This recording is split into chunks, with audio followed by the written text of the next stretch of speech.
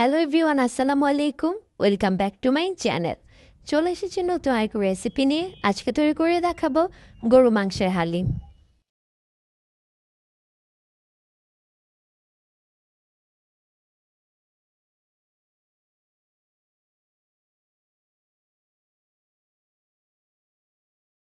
হালিম রান্না করতে আমি ব্যবহার করছি রাঁধুনি হালিম মিক্সড। এর মধ্যে দুইটি প্যাকেট রয়েছে, একটির মধ্যে রয়েছে শুকনো উপকরণ আর আরেকটির মধ্যে রয়েছে মশলা। এখন শুকনো উপকরণগুলো সামান্য গরম পানির মধ্যে আধা ঘন্টার মতো ভিজিয়ে রাখবো।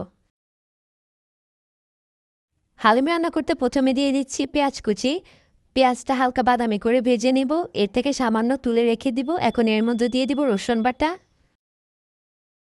দিয়ে দিব হলুদের গুঁড়া, মরিচের গুঁড়া, আর দিয়ে দিব হালিম মিক্সডের মধ্যে যে মশলাটা ছিল ওইটির 3 ভাগের 2 ভাগ। এখনও এর মধ্যে দিয়ে দিব স্বাদ মতো লবণ আর দিয়ে দিব গরু মাংস।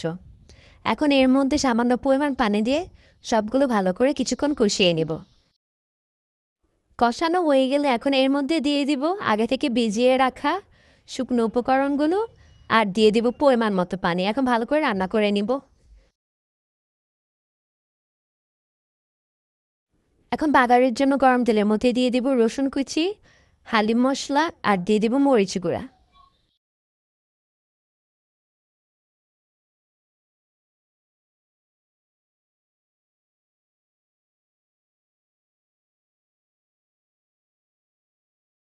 তৈরি হয়ে গেল মজাদার হালিম।